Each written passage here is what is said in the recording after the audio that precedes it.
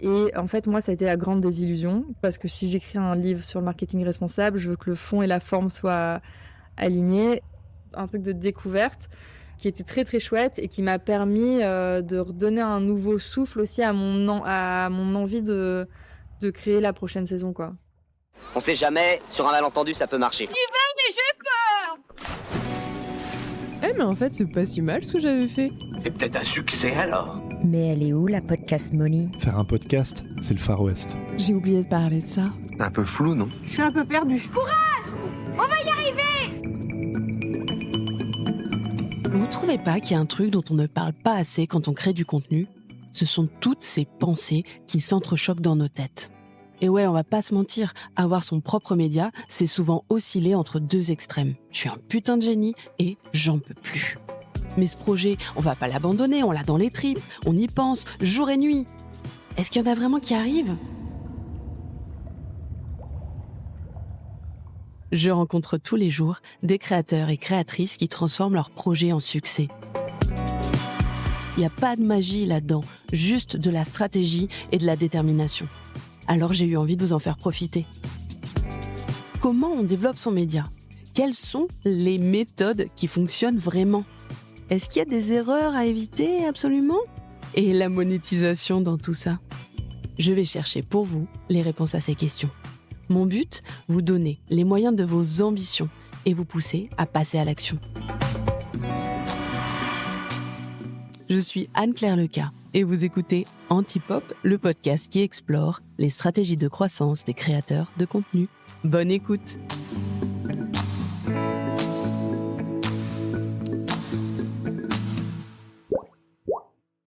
Coucou Anaïs, bienvenue sur Antipop. Je suis trop contente de te recevoir aujourd'hui pour plein de raisons. La première, c'est que je parle toujours de ton podcast Slow Marketing comme une référence pour moi sur la façon dont on peut faire une identité visuelle qui cartonne et avec un storytelling tout autour et tout. Et donc, je suis grave fan de ce que tu as fait avec ton podcast. Et la deuxième raison, c'est parce que tu t'es lancé dans un super projet qui est d'écrire et de publier un livre à partir de ton podcast. Pour celles et ceux qui me suivent, moi aussi, je suis dans l'écriture d'un livre qui est une fiction. Et donc, du coup, je trouve ça trop intéressant la façon dont tu as pensé les choses, tu les as menées. Et je suis sûre que celles et ceux qui nous écoutent vont avoir plein d'idées suite à l'explication de ton expérience. Que vous ayez envie ou pas de lancer un livre, mais vous verrez la façon dont Anaïs, elle a pensé sa stratégie de contenu en amont du livre et en aval du livre, donc après l'avoir publié, ça va vous inspirer de toutes les façons. Donc, bienvenue Anaïs dans ce podcast. Merci Anne-Claire. Trop contente de passer sur Antipop. Je suis, une auditrice assidue. Tes épisodes, en fait, ils viennent, ranimer la flamme de temps en temps quand j'ai besoin de retrouver de l'inspi et de la motivation. Donc trop contente de pouvoir, à mon tour, passer derrière ce micro, à tes côtés.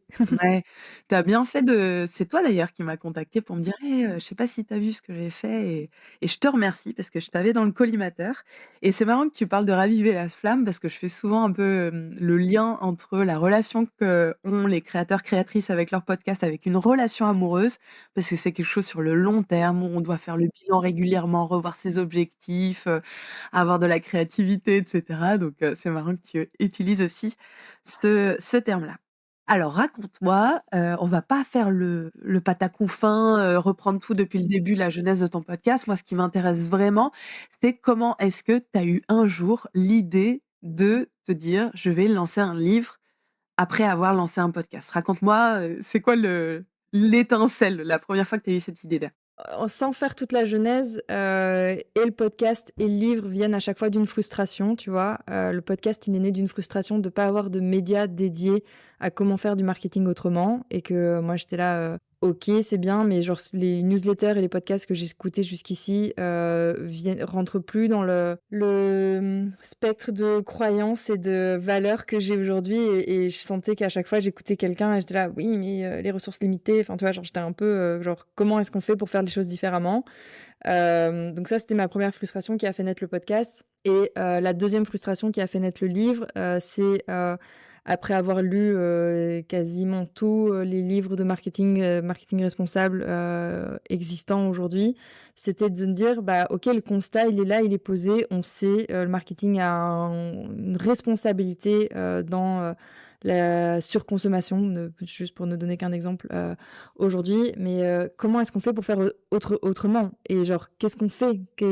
C'est quoi le plan d'action? Enfin, moi, je suis dans le concret. Aujourd'hui, j'accompagne des clients avec vraiment cette casquette de directrice marketing, donc à la fois stratégie et très opérationnelle. Et il me manquait ce côté-là, genre, ok, comment on fait une entreprise en transition pour communiquer sur ses engagements sans faire de greenwashing et sans vendre la peau de l'ours avant de l'avoir tué. Enfin, tu vois, genre, quand rien n'est parfait, mais qu'il y a des choses qui sont faites. Et donc, c'est cette frustration-là d'avoir un peu de manque de concret et d'actionnable qui m'a aussi donné envie du coup de faire ce livre et qui et du coup est d'abord né dans les épisodes de podcast parce que c'est devenu un peu une obsession et ma question signature avec chaque invité, de dire c'est quoi l'action que tu mettrais si tu devais recommander une seule action à faire demain, qu'est-ce que tu recommanderais?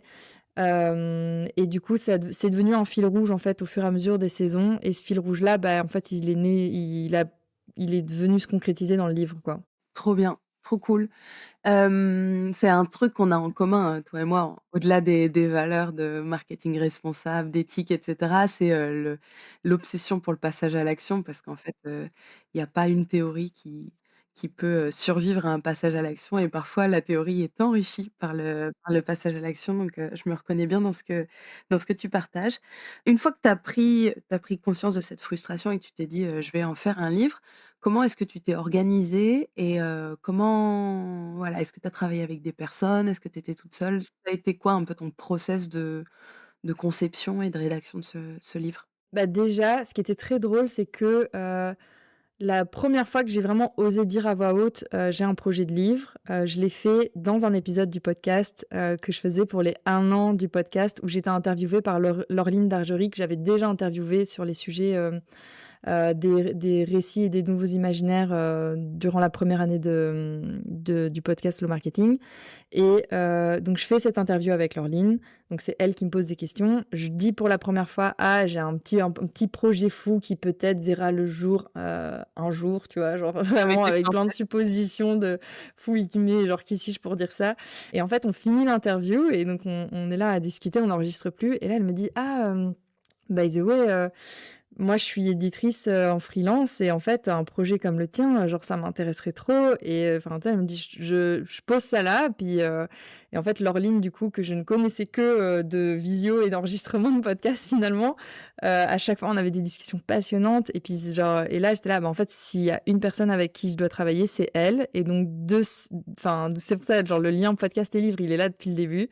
Donc j'ai commencé à travailler avec Laureline. On a travaillé sur d'abord une structure, un plan détaillé, poser vraiment c'était quoi mon objectif avec ce livre. Et donc c'est vraiment cette intention de passage à l'action qui a été le fil rouge du coup dans tout le travail. De là, travailler sur, j'ai commencé à travailler sur le contenu. Et moi, ce que je vois, c'est j'ai vu le livre un peu comme des briques, quoi. Et j'ai repris tous les épisodes que j'avais déjà enregistrés à l'époque, je les ai catégorisés. Donc, ici, on parle de stratégie, ici, on parle plus de marque, ici, on aborde des sujets plus liés à la sobriété et mettre un peu des tags et réorganiser tout ça pour que ça fasse une structure cohérente et identifier aussi les sujets que je voulais aborder et qui n'étaient pas abordés dans le podcast. Et c'est là où, tu vois, il y a ce truc de... je te disais en préparation d'un peu de ping-pong entre les deux, c'est-à-dire que il y a des épisodes que j'avais déjà qui ont été utilisés pour la rédaction du livre et j'ai aussi identifié des sujets que j'avais abordés par-ci par-là. Par exemple, il y a un sujet qui revenait tout le temps qui était la question du handicap. Comment est-ce qu'on prend en compte les différents types de handicap dans le marketing et comment est-ce qu'on rend le marketing accessible? Ça avait été abordé plein de fois, mais j'avais pas fait d'épisode dédié sur le sujet. Et donc, j'ai été démarcher plusieurs expertes et experts pour pouvoir... maintenant, depuis, j'ai 2 épisodes dédiés sur le sujet pour pouvoir alimenter, tu vois, mes recherches pour le livre. C'est intéressant ce que tu partages parce que là, on voit que les 2 s'alimentent. C'est que ça a commencé par un podcast et ça t'a donné envie de produire un livre de manière complémentaire. Tu as regardé ton podcast et tu l'as un peu cartographié en disant: «Bon, bah, qu'est-ce que j'ai abordé? Quelle est un peu la grande structure, le grand plan qui peut sortir de tout ça?» Tu as vu qu'il y avait des trous et tu t'es resservi de ton podcast pour faire des recherches, pour ton propre livre. Donc c'est là où on voit que les 2 sont complémentaires et que, tu as utilisé à 100 ce côté: «J'utilise un podcast pour apprendre quelque chose, pour, satisfaire ma curiosité et c'est un moyen, de faire quelque chose, quoi».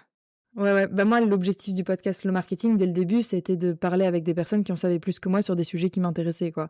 Et c'est vraiment, en plus, le marketing responsable, c'est une boîte de Pandore. C'est-à-dire, tu tires un fil, t'en as 10 autres qui arrivent. Donc c'est vraiment venu comme ça. Et puis, là, maintenant, en plus, comme je me projette sur la prochaine saison qui va sortir, du coup, en début d'année prochaine, je l'imagine à nouveau en ping-pong. C'est-à-dire que je pense que je vais faire des épisodes solo où je vais creuser encore un peu plus certains chapitres du livre ou expliquer.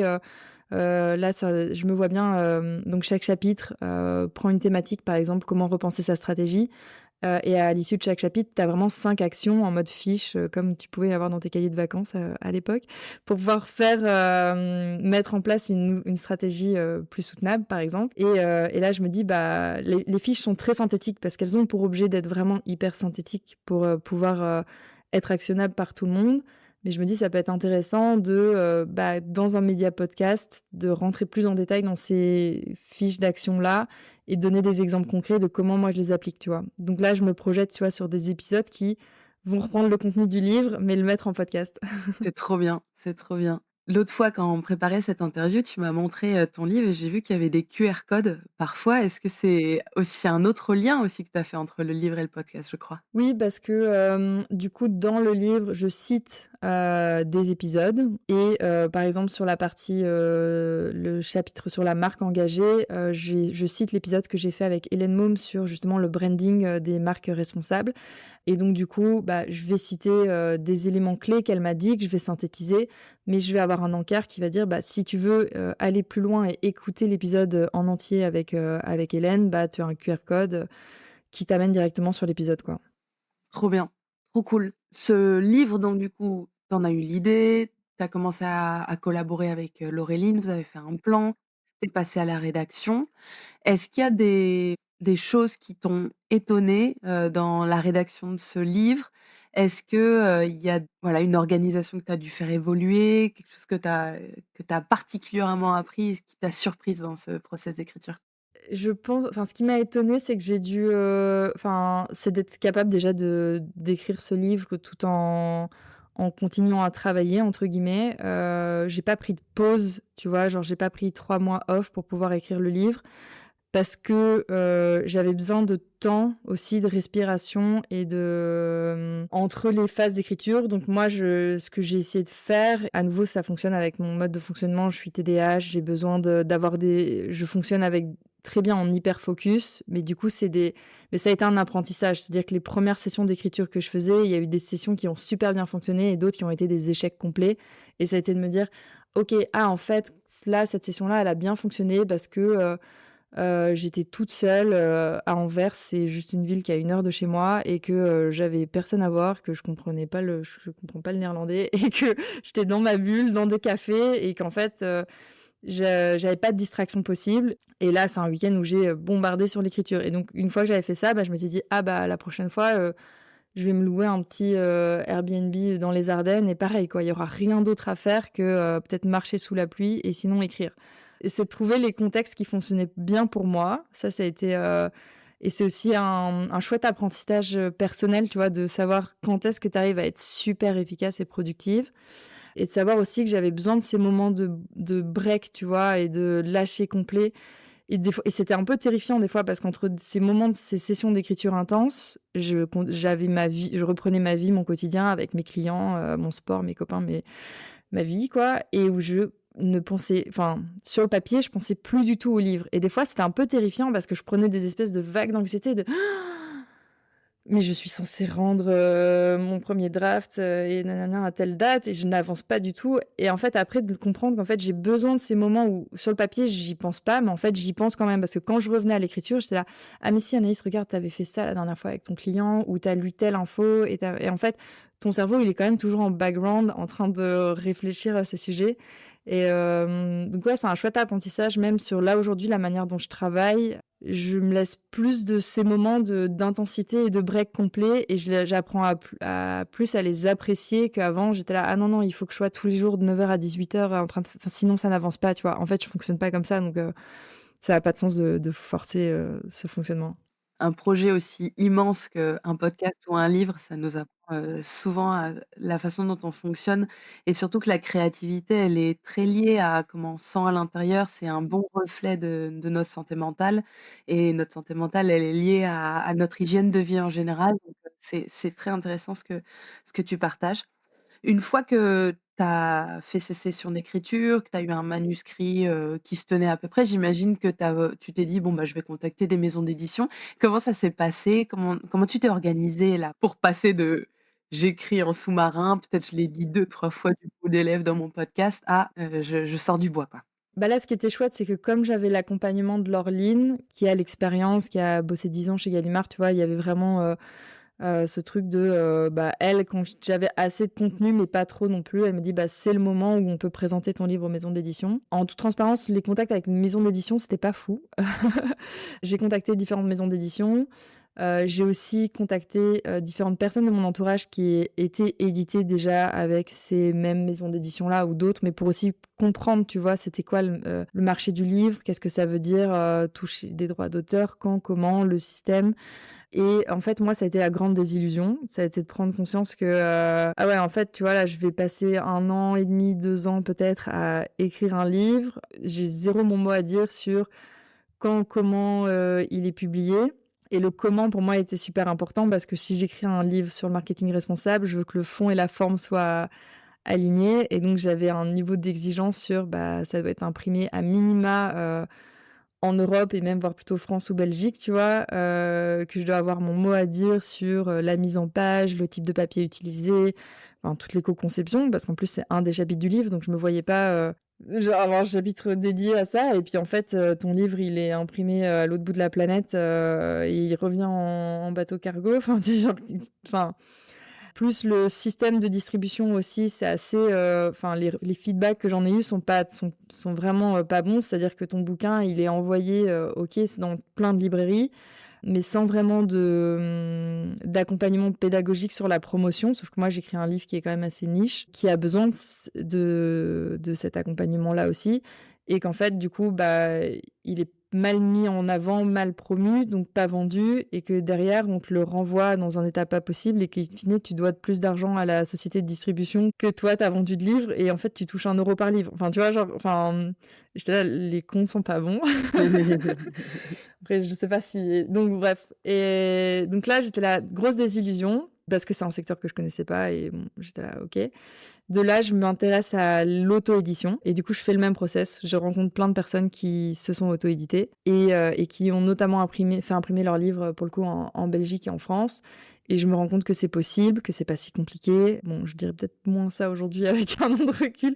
C'est pas compliqué, mais ça demande beaucoup de temps et d'investissement, mais que c'est un investissement que je peux me permettre parce que moi, j'ai une société qui tourne depuis 4 ans maintenant et qui a de la trésorerie. Et je me dis, bah, en fait, cette trésorerie-là, quitte à autant l'utiliser dans un projet auquel je crois. Et donc, du coup, bah, ouais, c'est ça. Bah, septembre, octobre l'année dernière, c'est là où se posaient ces questions-là. Et c'est le moment où j'ai décidé de passer sur de l'auto-édition. Et ce qui est chouette, tu vois, avec un monde de recul aujourd'hui, c'est que bah, j'ai un livre qui est effectivement imprimé en France, qui coche toutes les cases d'éco-conception que je m'étais mis initialement dans mes objectifs et qui a entre 1,5 et 3 fois moins d'impact qu'un livre normal sur le marché. Donc, tu vois, et là, je suis là, ok, c'était beaucoup d'efforts, beaucoup d'énergie, beaucoup de trésor, mais et j'en suis super fière, tu vois. Donc, ça dépasse en fait tous les objectifs que j'avais initialement, quoi. Trop bien. Bravo pour, cet effort de cohérence qui demande des sacrifices, qui demande de la réflexion. On va pas forcément aussi vite quand on essaye d'être cohérent parce qu'on se pose plus de questions, je dirais. Trop cool. Une fois que tu as pris cette décision de l'auto-édition, bah, comme tu disais, ça demande beaucoup d'énergie, beaucoup d'investissement en temps et aussi, financier. Ça veut dire qu'en fait, l'effort de communication, il va reposer sur toi, que tu vas devoir avancer les frais d'impression aussi pour, les vendre ensuite. Est-ce que tu peux un peu nous détailler, comment est-ce que tu as procédé pour, bah, voilà, mettre en place cette stratégie de communication? Sachant que c'est ton métier, tu le disais, donc j'imagine, bah, parfois ça peut être trop cool et parfois ça fait aussi double syndrome de l'imposteur de: «Si je réussis pas ça, est-ce que je vais pas perdre ma crédibilité?» En tout cas moi je l'ai vécu comme ça, plusieurs Ouais, fois. ouais, ouais. Comment tu as procédé? Tu dis: «Bon, bah, OK, tout repose sur mes épaules, c'est trop cool, j'ai toute la liberté et le champ libre pour faire ce que je veux dans mes valeurs avec mes objectifs» et donc qu'est-ce que tu fais? Comment tu passes avec ça? Déjà, je te rejoins sur, syndrome de l'imposteur parce que moi, ça a été du coup un c'est ascenseur émotionnel de up and down, de c'est génial, je peux faire ce que je veux et je peux du coup aussi mettre en place des outils que j'ai envie de mettre comme, notamment dans les préventes, j'ai fait un choix de prix conscient que je vais développer juste après, mais aussi, bah, 2-3 crises d'angoisse de, «Mais qui suis-je pour faire ça?» pour enfin, comment je peux proposer un tel prix? Parce que du coup, bah, qui dit éco-conception aussi dit livre un peu plus cher que la moyenne du marché. Après même par rapport à un livre B2B, bah, là, moi, mon livre, il est en vente à 35 € aujourd'hui. Ça reste dans la moyenne, tu vois, des prix de livres, business. Mais bon, quand tu es là et que tu regardes ta ligne de coût et à combien tu devrais pricer le bouquin, j'étais là genre: what? Attends, est-ce que vraiment il y a des gens qui vont mettre 35 € dans un livre?» Enfin, tu vois, genre donc mais moi, ce que j'ai décidé de faire, c'est, bah, un système de prévente. Donc, prévente qui m'ont permis de pouvoir avoir, enfin, avoir un peu plus de trésor pour pouvoir justement, confortablement avancer ces frais d'impression qui est la plus grosse charge, tu vois, du projet de livre et qui aussi m'ont permis de pouvoir, bah, faire ce système de prix conscient et d'avoir, une transparence complète sur, bah, aujourd'hui, le livre, combien il me coûte, pourquoi 35 € c'est le prix juste et donc de vraiment détailler, la part du coût de l'impression, la part de l'édition, de la promotion et un petit peu de mon travail même si je commence à mettre mon TJM sur le temps passé sur le livre, on va pas s'en sortir et donc de vraiment dire: «Bah, voilà, le prix juste c'est 35 €. Sur ces préventes, je propose un prix, à 25 € pour, ceux qui peuvent pas se permettre 35 et du coup d'avoir quand même cet effet prévente où tu as un effet promotion, mais sans non plus être promotion parce qu'il est hyper transparent sur qu'est-ce que tu as enfin, c'est combien coûte le livre et un prix, soutien, à 45 qui permet en fait ce prix de soutien permet de compenser, les personnes à 25 et d'ailleurs, en fait, il l'a quasiment complètement compensé parce que si je regarde sur les préventes, j'étais à un prix moyen quasiment de 35, tu vois? Donc ça, c'est super enfin, c'est un système que j'avais déjà vu, dont je parle dans le livre aussi et que je trouvais hyper intéressant et que je pourrais pas faire par la suite parce qu'en France, on a la loi du prix unique du livre. Donc le livre, maintenant, il est à 35, il peut plus être vendu à autre chose qu'à 35 €. Mais du coup, je trouvais ça trop intéressant de pouvoir d'utiliser une technique mentionnée dans le livre, de pouvoir l'exploiter, concrètement, comme ceci pendant les préventes. Ça, c'était vraiment chouette. Il y a un truc que j'ai trouvé marrant aussi dans ta campagne de lancement.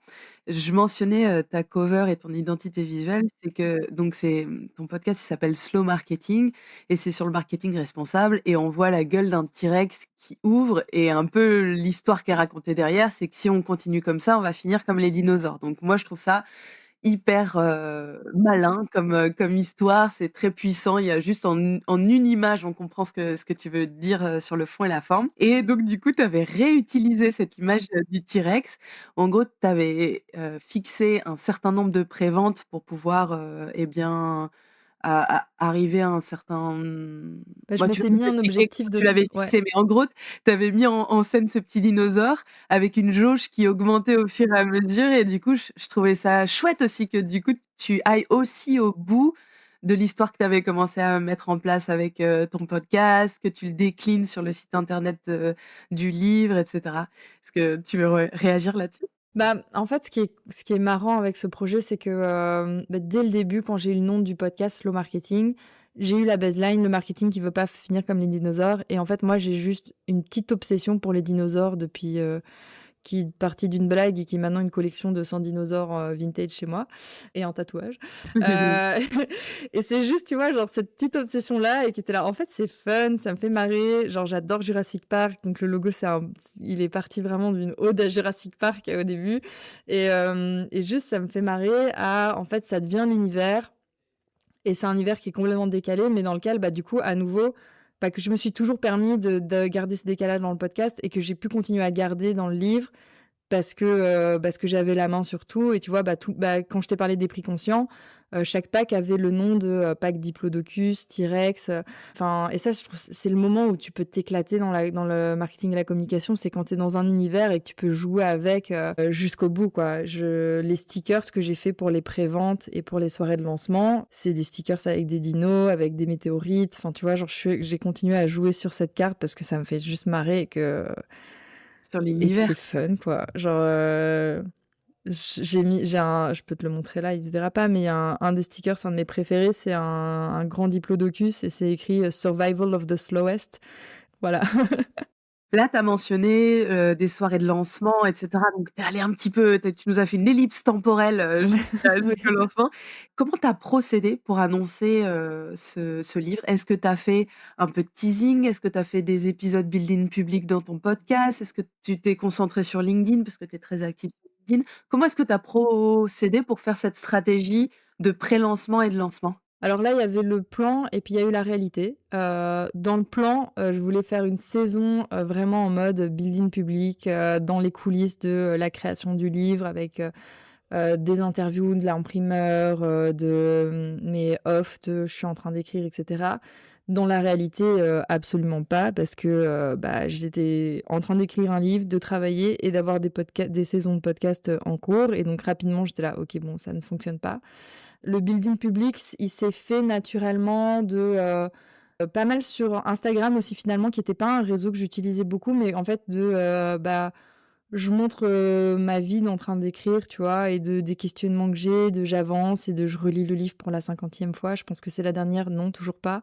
Un peu de off, tu vois, sur Instagram et de posts LinkedIn qui viennent, partager soit mes avancements, genre, quand j'ai avan genre, après un week-end d'écriture, faire une petite vidéo ou un petit post, quand j'ai eu mon comité de relecture aussi, de pouvoir présenter le comité d'expertes et d'experts qui a travaillé sur la relecture, de pouvoir, mettre en avant leur expertise, tu vois? Et ça vient aussi, renforcer l'expertise du livre. Donc ça a été un peu plic-ploc comme ça, tout le long du process et puis par contre quand il y a eu vraiment les préventes, ça a été, OK, maintenant là, les préventes, elles ont démarré le 5 juin, elles terminent le 25 août, on y va quoi et donc là, ce que j'avais fait, c'est que j'ai enregistré à la maison avec la freelance qui bosse, avec moi sur le podcast, qui fait tout le montage des épisodes. On a enregistré une dizaine de vidéos. Vraiment avec objectif de, faire la promotion du livre, des préventes en cours et ces vidéos-là, elles ont été diffusées pendant tout l'été sur toutes les plateformes sur lesquelles j'étais, avec des posts en plus. Enfin, tu vois, genre ça a été, les newsletters et cetera. Et c'est là, on en parlera après, mais où du coup, comme j'avais cet été qui était très chargé, très concentré sur les préventes, ce que j'ai fait, c'est que très rapidement, je m'étais rendu compte que je pourrais pas être sur tous les fronts. C'est que j'ai donné les clés du podcast à quelqu'un d'autre.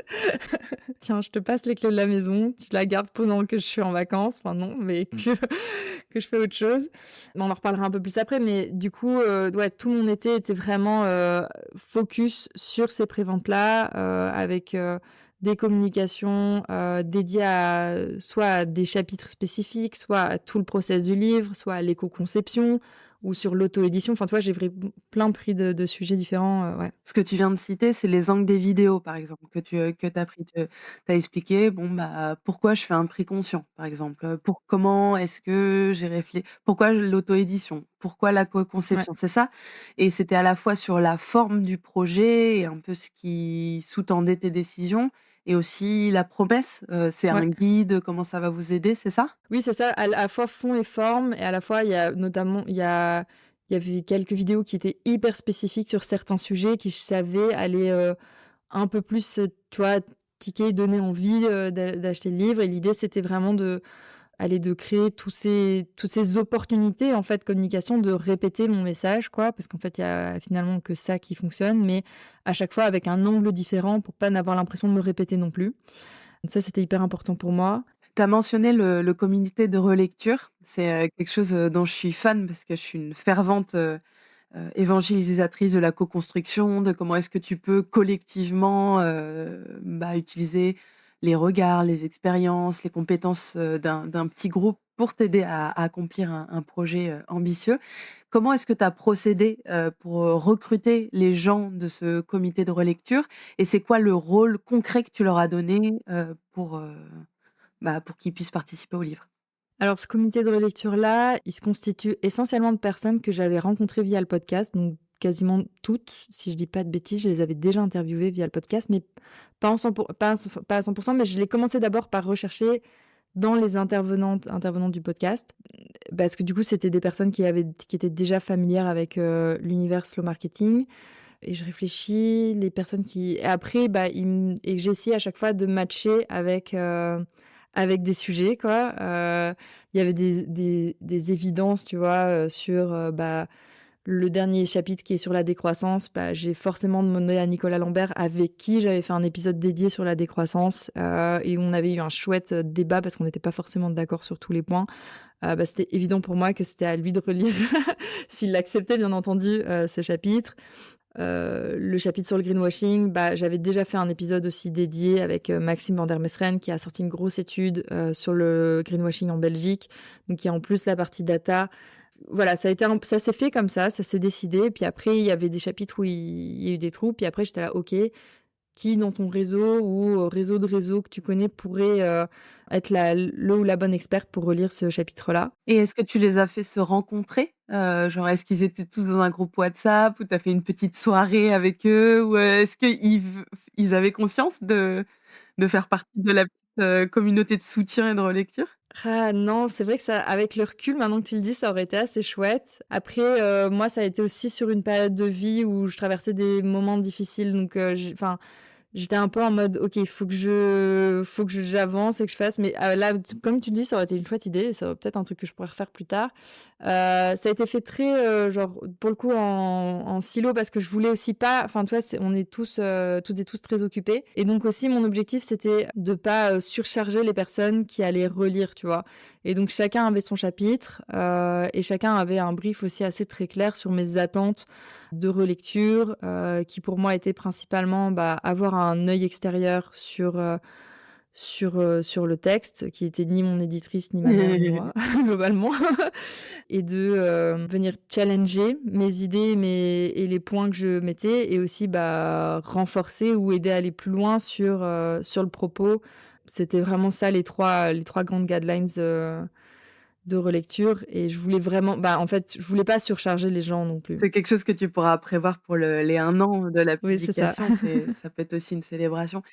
Et c'est vraiment quelque chose d'intéressant à noter dans la façon dont tu as procédé pour, le recrutement et la façon d'approcher, tes experts de comité de relecture. C'est que tu leur as pas dit: «Tu vas relire tout mon livre». Ça, c'est difficile de dire oui. Tu as dit: «Je te propose de relire un chapitre». C'est une technique, d'intelligence émotionnelle, mais aussi d'engagement. C'est-à-dire qu'une personne à qui tu demandes un petit engagement, il c'est normal, c'est du bon sens. Il a plus de probabilité de dire oui et s'il a dit oui une fois, il pourra dire, oui une deuxième fois et cetera. Et ce que j'avais fait, notamment dans le comité d'organisation d'un événement que j'avais fait pour et avec ma communauté en 2024, j'avais dit: «Bon, c'est juste une demi heure par semaine, on se retrouve en visio, je vous explique ce que je fais en ce moment, ma to do, vous me challengez, vous me donnez des idées, je repars avec une nouvelle to do list et c'est tout». Et je pense que si j'avais dit: «Aidez-moi à organiser un événement», et j'aurais eu entendu les mouches voler, alors que là, il y a eu 4 super nanas qui se sont, proposées et qui m'ont aidée, jusqu'à même le jour J, à accueillir les invités et cetera et cetera. Donc ça, c'est intéressant aussi d'avoir comme perspective, parce que parfois on a peur de déranger, on se dit: «Ah, c'est beaucoup trop» et cetera. N'hésitez pas à demander des petites choses, ça sera déjà ça sera déjà ça, de prix, pour vous. Puis, juste aussi, moi, j'avais besoin d'un niveau d'attention, que tu peux pas avoir si j'allais demander aux personnes de relire les 350 pages, quoi. C'est-à-dire que forcément, à la fin, l'attention est plus dispo et je voulais vraiment sur chaque chap et niveau d'attention et niveau d'expertise, tu vois? Pouvoir rentrer dans une verticale. Donc ça, c'était super important pour moi. C'est pour ça aussi que j'ai fait vraiment un chapitre, un Win Expert, quoi. Super intéressant. Moi, je suis aussi en plein là-dedans parce que je suis en train d'écrire, un roman. J'ai d'ailleurs lancé un podcast si ça vous intéresse, celles et ceux qui nous écoutent, ça s'appelle Brouillon, journal d'une wannabe écrivaine et je partage en mode, building public, tout mon process d'écriture. Parce qu'en fait, au début, j'avais demandé à des copains, des copines proches de relire mon manuscrit et en fait, je me suis rendu compte que c'était pas la bonne manière parce que mon manuscrit était trop en train de changer tout le temps en permanence parce que je fais aussi, beaucoup de recherches un peu comme toi, ça c'est ce roman, c'est vraiment un moyen pour moi d'aller creuser des sujets qui m'intéressent, d'aller contacter des personnes que j'ai toujours voulu contacter et cetera. C'est mon moyen pour et du coup, ce podcast, Brouillon, c'est mon moyen de créer du lien, en fait, avec les gens qui me posent des questions et de répondre à voilà, comment tu as eu l'idée, comment tu t'organises, comment tu travailles, comment tu fais tes personnages et cetera et c'est ma manière de le partager de manière, très spontanée comme des notes vocales donc ça me parle beaucoup ta façon de procéder. Ça me donne aussi des idées pour, mon propre lancement, qui aura lieu, on l'espère, allez, dans l'année à venir. On verra, hein, bientôt, on On espère. verra. Tu as mentionné un peu plus tôt que, comme tu savais que tu allais être, très occupée durant la période de pré-lancement et de lancement de ton bouquin et que tu avais quand même envie, que ton podcast Slow Marketing, il soit actif, tu as décidé de donner les clés de la boutique à quelqu'un. Raconte-moi comment tu as eu l'idée, comment tu l'as choisi, comment vous êtes organisés et qu'est-ce que ça fait de faire du Airbnb de podcast, en fait, finalement, non? Ouais, bah, déjà, ce qui s'est passé, ça a surtout été une rencontre aussi à nouveau, tu vois? Je sais pas si je l'aurais fait si j'avais pas rencontré, Sarah, du coup, Sarah Ladan qui a repris le podcast, pour une micro-série cet été. Sarah, on s'est rencontrés sur une conférence, ça a super bien matché et en fait, depuis, elle avait plein d'idées et en fait, je sais pas, sur les dernières saisons, elle m'a ramené peut-être, un tiers, voire la moitié des invités tellement elle était: «Ah, il faut que tu rencontres un tel, machin», et donc moi, ça a été il y a super match, amical déjà et de là, je lui avais déjà proposé, je lui avais dit: «Ah, si tu», enfin, tu vois, j'y suis allée aussi très doucement avec la technique des petits pas. Je fais: «Ah, franchement, ça serait cool, est-ce que ça te dirait, une personne qui m'avait proposé d'inviter sur le podcast, je lui dis: «Bah, est-ce que ça te dirait qu'on l'interviewe ensemble?» Donc c'était un premier step où on a fait, quelques interviews du coup à 2. Moi, ça m'a permis de voir si elle était à l'aise aussi sur le format, comment ça se passait et puis, je voyais que ça se passait bien et du coup, bah, fin d'année dernière, du coup, ouais, ça c'est une discussion qu'on a eue entre Noël et Nouvel An, l'année dernière où, on avait déjà fait 2 ou 3 épisodes ensemble et on s'est un peu posé en disant: «OK, c'était chouette et qu'est-ce qu'on veut faire, derrière?» Moi, j'avais déjà mon idée en tête. Je savais que si j'y allais en frontal, «Sarah, je veux que tu fasses des épisodes pour moi», ça n'allait pas passer.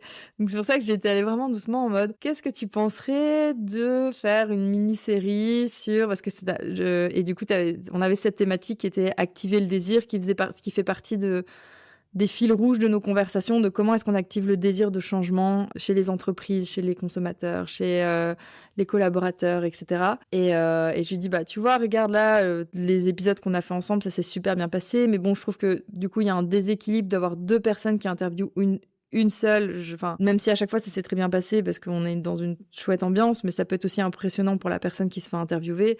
Donc tu vois, et puis du coup, le temps de parole est aussi un peu plus difficile à gérer. Donc je lui avais dit, bah moi, franchement, donc j'avais posé ça un peu première brique, première pas. Puis en fait, après réflexion, elle est revenue vers moi et m'a dit, ah, en fait, ça me plaît l'idée. Et donc ce qu'on a fait, c'est qu'on a co-construit ensemble toute cette saison. Enfin, cette micro-série, comme on l'a appelée, donc les 5 idées d'épisodes, qui elle allait interviewer.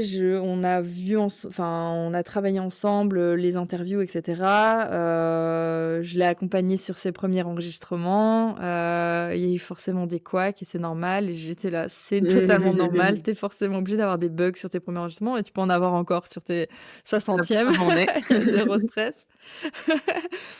Et puis bah après, moi, je prenais en charge tout le reste. C'est-à-dire que j'ai déjà ma machine qui roule sur un épisode quand il est enregistré. J'ai Océane qui sait faire le montage. J'ai mes process de promotion et de production. Donc j'avais quand même, en fait, tout le reste du travail à faire, mais ça m'a permis de me décharger sur toute cette phase de recherche, planification, enregistrement qui est quand même assez importante et puis ça m'a aussi tout à l'heure, enfin en démarrant, on a parlé de cette relation qu'on peut avoir avec le podcast qui peut être des fois fusionnelle, des fois un peu toxique et je pense qu'après tout le travail que j'avais fait sur le livre, j'avais besoin d'un break, tu vois? D'un break et de redécouvrir le podcast différemment et enfin, tu sais, moi, les premiers épisodes à écouter, c'était dingue parce que j'étais là: «Mais en fait, c'est la première fois que j'écoute ce podcast que j'ai créé parce que j'avais envie d'écouter un podcast sur ce sujet» et sauf que écouter une interview que tu as enregistrée, que tu as montée, au début, je faisais le montage des épisodes et que genre, que tu as fait toute la promotion, donc tu connais par cœur chaque élément ou tu connais par cœur toute tes tics de langage, c'est super difficile. Alors que là, genre, j'avais vraiment un truc de découverte qui était très, très chouette et qui m'a permis, de redonner un nouveau souffle aussi à mon envie de créer la prochaine saison, quoi. C'est super intéressant et c'est aussi, c'est encore une preuve que tu inventes des nouvelles manières de collaborer, l'intelligence collective et j'espère que ça va inspirer, celles et ceux qui nous écoutent et qui se sentent un petit peu à bout de souffle ou qui voient qu'il y a quelqu'un qui est intéressé par le podcast et qui savent pas comment, l'impliquer. Je trouve que c'est très intelligent la façon dont tu l'as fait. Je te propose qu'on passe aux questions signatures de fin d'interview, d'Antipop. La première est: quel est le meilleur conseil qu'on t'ait donné, par rapport à ton podcast et qui tu envie de remercier pour ce conseil? Meilleur conseil, alors tu vois, j'ai le pire, je pense que je l'ai en tête. Vas-y, balance le pire, vas-y. Le pire, c'est de sortir un épisode par semaine. Genre, non. Franchement, si j'avais continué à ce rythme-là, le podcast, il se serait arrêté en mars 2023, quoi. Et il y aurait rien d'autre. Et là, et peut-être un des meilleurs conseils, du coup, ça a été et je ne sais plus vraiment qui me l'a dit à ce moment-là, mais en fait, mais je pense, ça a été parmi mes auditorices et de dire, en fait, on n'a même pas le temps d'écouter un épisode par semaine, en fait. Slow marketing ralenti. Cohérence Faisons moins. encore. Mais mieux. Tu vois, cohérence, mais à nouveau parce que j'étais sur un nouveau format et puis tu as toutes ces injonctions et tu veux bien faire. Moi, genre le syndrome de première de la classe, si on me dit qu'il faut faire un épisode par semaine, je fais un épisode par semaine. Genre vraiment cette envie de réussir et de mettre toutes les chances de son côté pour pouvoir, faire en sorte que le podcast soit le mieux possible. Mais en fait, répondre à tous ces codes-là et toutes ces injonctions, fonctionne pas avec, mes propres exigences à moi, de vie pro et perso, et même, ce qu'attendent mes auditoristes, tu vois? Ça a été un de mes combats, du début de Eco Factory, c'est qu'effectivement, on a vu, les premiers podcasts, de référence natifs, percer avec ce modèle, de 1 fois par semaine. Donc c'est devenu un petit peu la norme de si tu veux que ton podcast ait du succès, eh ben, il faut que tu adoptes aussi ce rythme-là. Et c'est vrai que d'un point de vue, algorithmique, c'est-à-dire que les applications, elles vont bien aimer si tu publies souvent. D'un point de vue aussi, de visibilité, c'est vrai que ça peut marcher. Mais en fait, ce que j'ai essayé de faire avec, mes communications ou l'accompagnement des gens que je faisais, c'est de dire: «Mais c'est quoi ton objectif, en fait? Est-ce que ton objectif, c'est de, faire un sprint, et du coup d'aller, inonder le marché du marketing et d'être hyper visible dans les 6 mois? Ou est-ce que tu as envie de, rencontrer un maximum de personnes et dans ce cas-là, la fréquence ne va pas forcément jouer?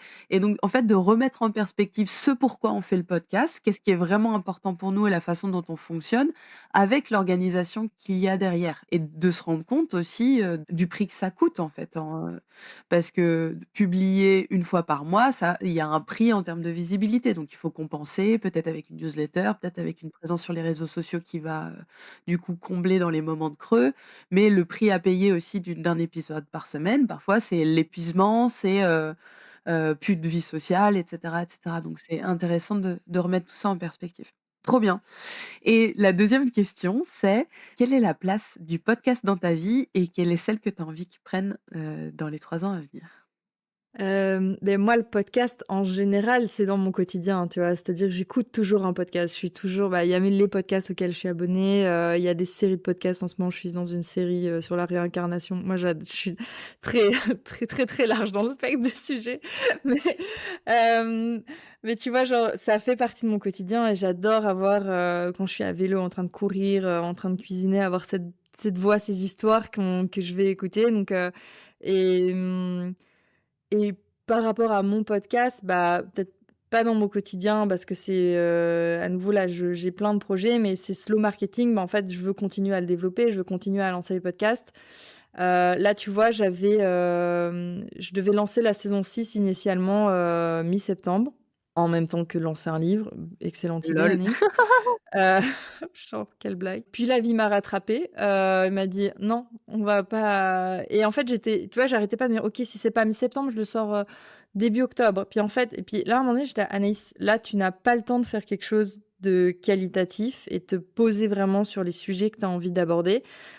C'est simple, là, le podcast, il sortira début 2026 à ton aise, en prenant ton temps, en ayant le temps de te poser sur les sujets. Qui est-ce que tu as envie d'interviewer? Comment? Quel type de sujet tu as envie de mettre, de mettre en avant sur cette 6e saison?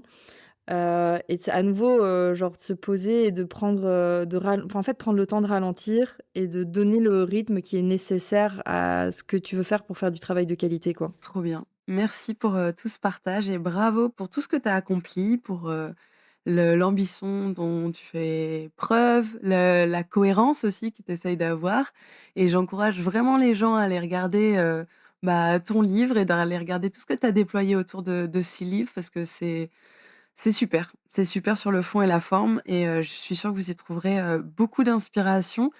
Si vous êtes intéressé par le marketing responsable, bien sûr, mais aussi pour appliquer les bonnes idées de Anaïs, de collaboration, voilà, de liberté, sur vos propres projets. N'hésitez pas à, nous contacter sur, les réseaux sociaux, sur Instagram, à EcoFactory ou sur LinkedIn Anne-Claire Leca pour nous dire ce que ça vous a inspiré comme conversation.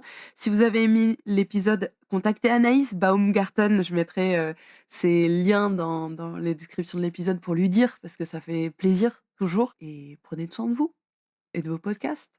Et à bientôt. Ciao. Merci encore une fois de vos excellents conseils. Alors, il était comment cet épisode? Est-ce que ça vous a donné un petit déclic du genre « Mais oui, bien sûr, je peux le faire » ou peut-être même « Écoutez, c'est une tuerie ».